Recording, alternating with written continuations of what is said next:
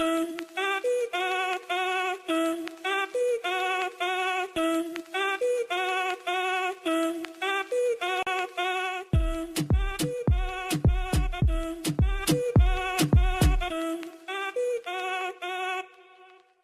morning and welcome to Wake Up Call. I'm Keely McCormick.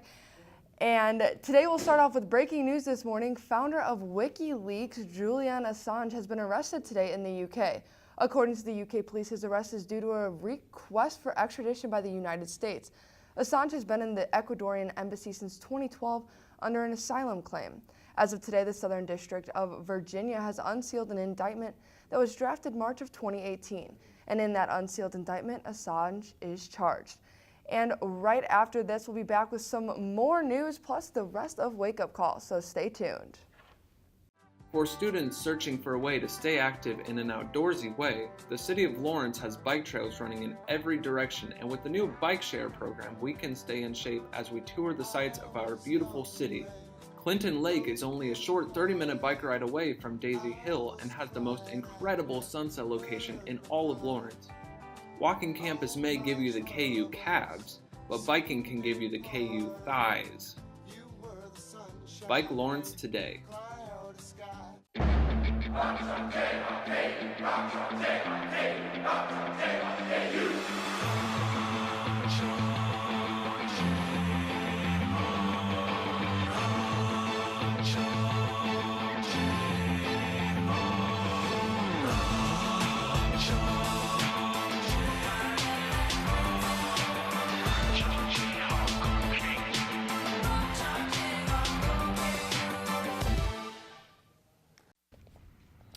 And welcome back to Wake Up Call, continuing along with the news. Attorney General William Barr testified in front of a Senate hearing yesterday. He claimed there had been, quote, spying on the Trump campaign, saying it was unauthorized. When asked, did he have evidence of this? He said no, which left many Democrats perplexed as to why he would make such a claim with not a shred of evidence. House Speaker Nancy Pelosi spoke out strong against Barr's comments. Take a look.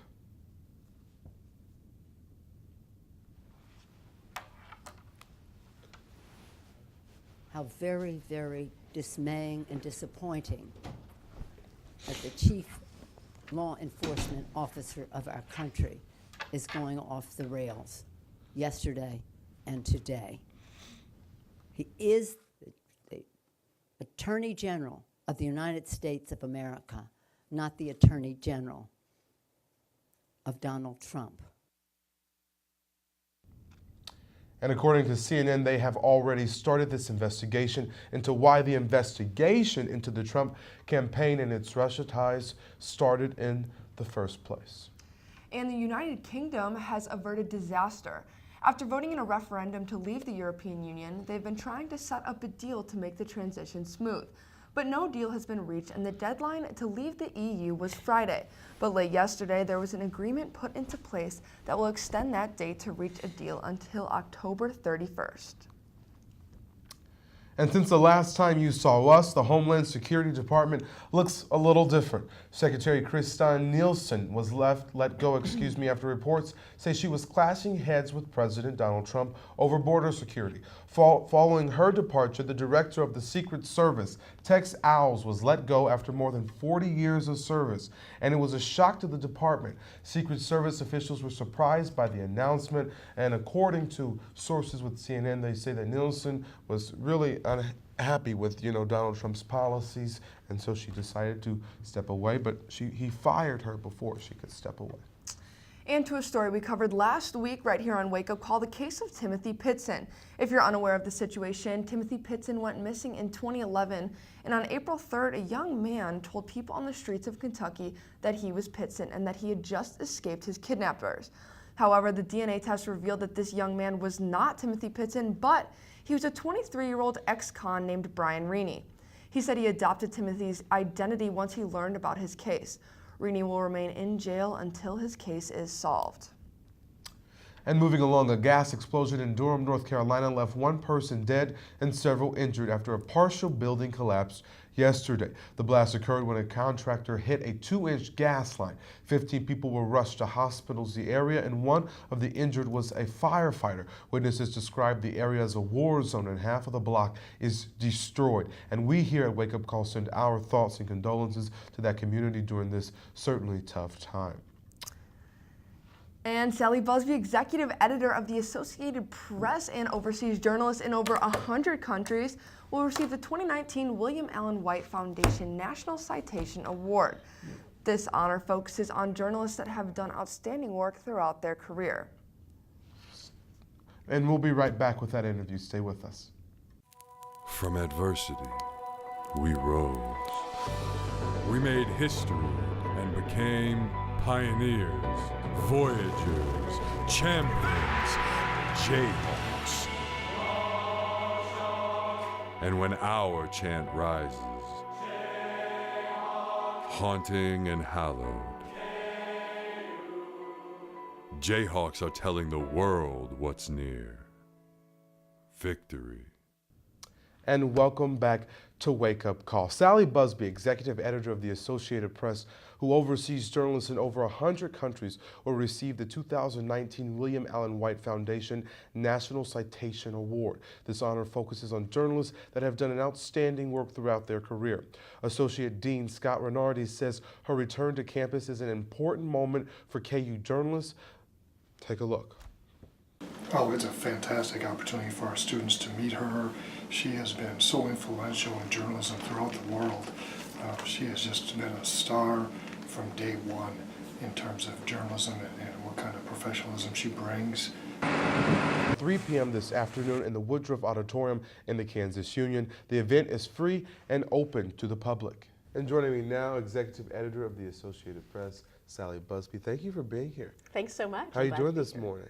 I'm doing pretty well. I'm doing pretty well. Having a lot of fun being in Lawrence. You know, back home and stuff. So let's get started. What does it feel like to get this, because you're here to accept this, National Citation Award from the William Allen White Journalism School. What does that mean to get that from your alma mater? Yeah, it's just really a huge honor. I have a huge affection and soft spot, and also just like respect for the journalism program at the University of Kansas and what it has done over the years and the people who've come from here. So for me, it's just an absolute honor to get this. So you've done reporting from the West Coast to the Middle East. And so can you talk about that intensity in the Middle East versus, reporting back in Washington, D.C. or reporting back in New York City? Because, being in a war zone has to be different than following the White House. Yeah, there's different challenges in each of these reporting places. I think the issue in Washington, there's a lot of information, but the trick is sort of sorting through it and getting through the political spin, and it's very much a place where people will talk to you, but they have their political agendas, and so you have to kind of work your way through those and figure out what the truth is. In the Middle East and in conflict zones, it's much more of a challenge of actually just getting information, getting people to talk to you and finding out what's really going on. A place like Cairo, or obviously in a war zone like Syria or Iraq, people don't want to tell you what's going on, and they're very non-transparent. And so it's much more, in a way, sort of like arm-to-arm combat journalism, where you're just trying to find out basic facts, and a lot of times you're fighting for access just to be able to have, be anywhere close to what's going on, so you can figure out what's happening.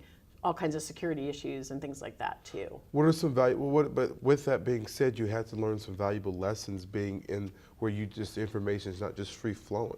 So what did you learn from having to really dig your heels in and get that story? Yeah, you want to always sort of keep your people safe, but you want to get them in and aggressively report just in the same way. So a lot of it is fighting for access and trying to talk people into saying why they should let you get to the front lines or why they should let you get embedded with someone.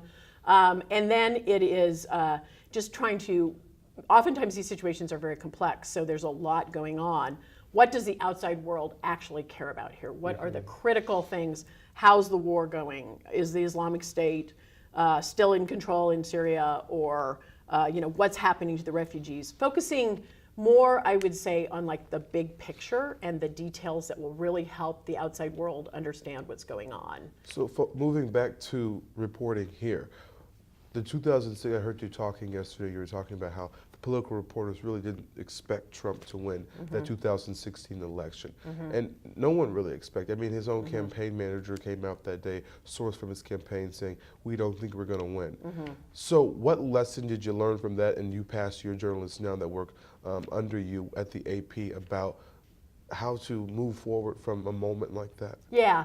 So, I mean, it was a great learning experience for everyone, and I think one of the important things in journalism is to constantly learn. I think that I feel like it's really critically important that not all of the journalists in the United States be focused and centralized in Washington. It's really important that journalists be spread across the country and are really actually talking to real people and getting that sense of you know, I mean, what people think on the East Coast can be very different from what they think in the middle of the country. And we need journalists in the middle of the country and in the South and in, you know, small states, so we actually know what people are thinking and the attitudes that they're having. That, to me, was the big takeaway from the Trump election. I think we tried to do a very good job, and we knew that there was support for Trump. But I think that it was a surprise. It was a very close election. I do worry that there's still a lot of focus on Washington reporting, and that the lessons that we learned from that election aren't necessarily being carried out.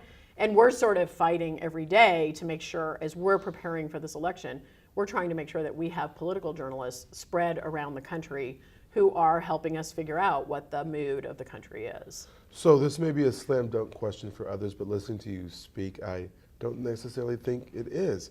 Would you rather report in the Middle East or back in Washington, D.C., New York? I love Washington reporting, and I really enjoyed my time in Washington. Right now, my passion, again, is back to international reporting. That's what, for me right now, is very exciting. I mean, we live in an increasingly globalized world, and actually the interest in international news is actually growing among just kind of normal people, especially if we tell stories in ways that are very accessible. And so, you know, this last year we've spent a lot of time trying to report on the Yemen war and the humanitarian crisis in Yemen, which seems really far away, but it's basically sort of little kids starving and things like that. And it's been really gratifying to me if we can do really good, deep reporting there and tell the story in a very accessible way, often through very compelling photography and things like that. People do respond to it. So right now, my personal passion is very focused on international coverage. But you know, the world's biggest story remains sort of the political churn in the United States. What our customers... You think that's the big... Oh, absolutely. I mean, you go to Japan, you go to... I was in Norway last week, and they all follow the American president pretty darn closely right now. So, because there's a lot of uncertainty about how the United States is going to go, you know, which direction it's going to go going forward, and what the U.S. does still affects the world. So there's still pretty intense interest in American politics overseas right now. Wow. So overall, you've kind of, you know, talked about your overseas reporting here. You talked about how some journalists haven't really learned that lesson from the 2016 election. Overall, what do you think the state of journalism around the world and the United States is? I think there's a lot of really great reporting. I think that the thing that we all need to, I mean, the industry is under a lot of economic challenge, so I think we have to stay confident and sort of bold into the future and not get scared that our industry is about to go away, and sort of, you know, keep training people, keep sticking to our values of accuracy and fact-based journalism. I think there's risks that news organizations fall into partisanship, and I think that's a bad thing for us long term. We're trying very hard not to do that, to keep sort of our fairness and credibility. Overseas, I think there's a lot of pressure on journalists. I mean, there's journalists being put in jail, and there's a lot of authoritarian governments that really crack down on free expression. But the reality is that there's a lot of fabulous journalism overseas. There's, in Egypt, a place that's very near to my heart. There's some very brave journalists who are trying to report on what's happening in that country. They get thrown in jail, and it's very sad, and there's not that much attention paid to that. But they are actually trying to report aggressively on what's happening in that country, as there's sort of a growing authoritarian leadership. And so I think there's quite a lot of really fascinating, robust journalism going on. There's a lot of interesting journalism going on in China and about China. And those things to me are very heartening for the future, I would say. So as someone who has reported on everything, as we've said, many times, what are the keys to being a well-rounded journalist so that you can report in Washington, D.C., that you can report in the middle of Iowa, that you can report in the Middle East? What are the important key skills that journalists coming up now need to know that they need to have, to possess to be a well-rounded journalist? I honestly think that the most important thing to be a successful journalist anywhere is to have a curious, inquiring mind, and to have the ability to, first of all, to get information from people, whether that's through an interview or whether that's being able to look at data and find a story in data. So being able to gather information, but also that curiosity and sort of empathy with people so that you actually can kind of, expertise is important, language is important.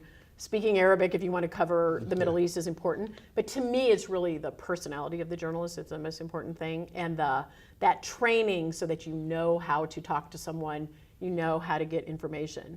And then that you're able to communicate that information in a sort of a compelling and accessible way. Whether you're doing that through video, or whether you're doing that through a data visualization, or whether you're writing a story. I think that just that ability to tell a story in sort of a approachable and sort of compelling way, that is the key to being a successful journalist wherever you are. All righty, thank you. And journalism is alive and well. She's let us know that today. And all the lights will be on you at 3 p.m. today, again at the Woodruff Auditorium in the Kansas Union. You ready? Absolutely. They're all going to be looking at you. Totally excited. All the pressure. It's going to be fun. Sally, thank you for joining us. We'll be right back on Wake Up Call.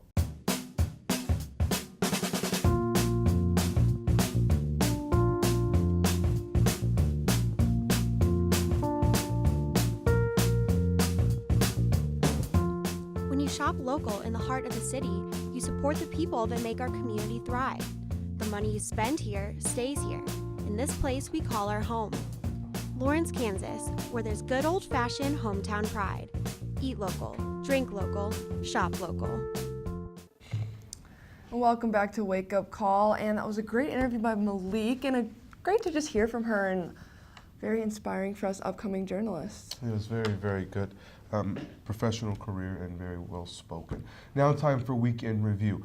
And something we haven't seen in a very long time, New York City officially declares measles an outbreak, and in some zip codes, vaccinations are now mandatory.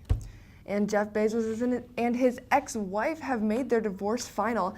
And as many of you all know, Bezos is the richest man in the world, and his wife just put herself on that list. She'll receive $35 billion in the settlement, making her the fourth richest woman in the world. Sounds like she's living the dream to me. She really is. Full House star Lori Loughlin has been charged additionally with money laundering after not pleading guilty to the original charge and could face up to 40 years behind bars. Both the men and women's NCAA basketball championships have been decided, with the Baylor Bears women beating Notre Dame and Virginia outlasting Texas Tech in overtime to claim their first title in school history. My bracket did not hold up well, but congratulations to Virginia, and next year we will be singing Rock Chalk at the National That's right, Championship. hopefully. Everything you need to know for the very first late night under the lights. It'll kick off this Saturday at 3 p.m. with a Hawk Zone and Game Day on the Hill. Following this, there will be an egg hunt at 3:30 and the gates will open at 4. There will be a BMX bike show, student flag football championships, and the spring game that we have all been waiting for begins at 6 p.m. Following the debut of our new coach in the lovely Jayhawks, Rick Ross will be performing. This event is free admission, so be sure to clear your schedules and prepare to be labeled as a football school. Will you be there? My mom is going to be in town, so hopefully I can get her to come out with me, but we'll have to see. Are you going? I think I will have to check it out. It sounds like a fun event. And always support our football team. And Les Miles, the things that he's doing to really re-energize this program is something amazing and something that should be marveled at. He's bringing people out, interacting with students, going to sororities, going on campus events and things like that. So if he supports us, we have to support them. That's right. It's an exciting time to be a Jayhawk. It's a give and take, give and take. Prince Harry and Oprah Winfrey are teaming up to tackle a rather serious conversation about health. They're developing a TV series to inspire viewers to open up their challenges. The two say they are co-creators and executive producers on this project. There is no new territory for Prince Harry because he launched a mental health campaign in 2017. The show will air on Apple TV sometime in 2020. And some icon-bearing good news. Taylor Swift makes a big donation to support an LGBTQ advocacy group in Tennessee. The singer and songwriter donated $113,000 to help stop an anti-LGBTQ legislature. The money went to the Tennessee Equality Project, and the executive director praised her as a longtime ally to the community. No matter what your opinion of T. Swift is, whether you love her or hate her, you have to admit this is a thoughtful gesture, and it's always nice to see celebrities using their platform to stand up for what they believe in. Yeah, I think those last two stories show celebrities using their platform in a positive light. A lot of times we see that not so used in a positive light, but Oprah Winfrey, Harry, and Taylor Swift all using their platform in the correct way. Yeah, that's what we love to see. And we're going to take a quick commercial break and we'll be right back with more news. Where you go to college makes a statement about you. This place will become a part of you, your identity for life.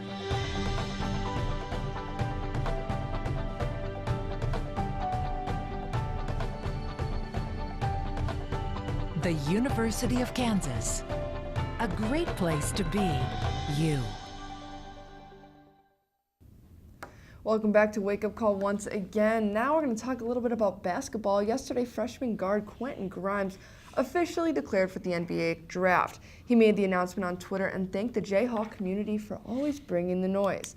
Grimes started in 36 games this season with an average of 8.4 points and 2.5 rebounds per game. He's the fourth KU player to announce he's playing elsewhere. Charlie Moore and KG Lawson are looking for another school, and Dietrich Lawson is looking to go pro. Grimes did not announce if he was hiring an agent or not. And Malik, since you seem to think that you can predict the future of sports, tell us, where do you think Grimes will end up? I think he'll either end up needing a passport playing overseas, or because he did not hire an agent, he will most likely, I think, come back to KU or a college and play career-wise, because, I mean, there is no sensible reason why he thought he should have made that decision. But more power to him, and we wish him the absolute best. All right, well, we'll see if you're right. Check back here at Wake Up Call. But we know one person won't be able to be, recruiting him because he said goodbye. That's Magic Johnson. He shocked many when he abruptly quit as the Lakers' president of basketball operations on Tuesday night. Magic says he wants to return to the simple life he lived as a businessman and former player before he took charge of the franchise 2 years ago. He did not inform owner or general manager about the decision before he announced it to reporters. He just came out and told everyone about an hour and a half before the Lakers' final game of the season. And according to ESPN reports, he didn't even let LeBron know that he was leaving. Wow, ouch. That's a harsh way to go out. I know. His press conference it sounded more like a quitter than someone who's, been Magic Johnson, who's been the definition of not quitting. Yeah. It sounded like he was giving up. But he did say, if things didn't work out, if I wasn't successful, I'm going to step down in 2 years. And, I mean, you can't blame him. He lived up to his word. All right, well, how many times have you texted corsage, but it changed to croissant? I mean, I know I did back in high school. Now, a Cheddar's in Dallas, Texas is actually selling corsages with a croissant on them. Maybe so after busting a move on the dance floor, the high schoolers can have a little snack, but I'm not really sure. Like, what's your opinion on corsages, croissants, all the prom jazz? I think that's ludicrous. Ludicrous. I think maybe a little funny joke, but overall I think that is ridiculous. And if someone in my prom group would have shown up with a croissant in their corsage. Corsage down here, not the boutonniere. Not the boutonniere, but the corsage. I would have just ripped it off. I mean, that's just... It's a little silly, but luckily we won't see it anywhere around here in Kansas. It is only in Dallas, so if you want a croissant corsage, you're gonna have to head out to I guess Texas. you could order it. Would you wear that? No, I wouldn't. But I do remember in high school, it was always such a funny joke when the boys would call it a croissant or text you what color croissant you want, and you're like, nah, it's a corsage. But You know, maybe I don't ever remember that. So maybe I was the one. maybe it's just a on Chicago thing. On the other end of that, I don't know. Maybe. Yeah. You excited for your mom's weekend? I'm very excited.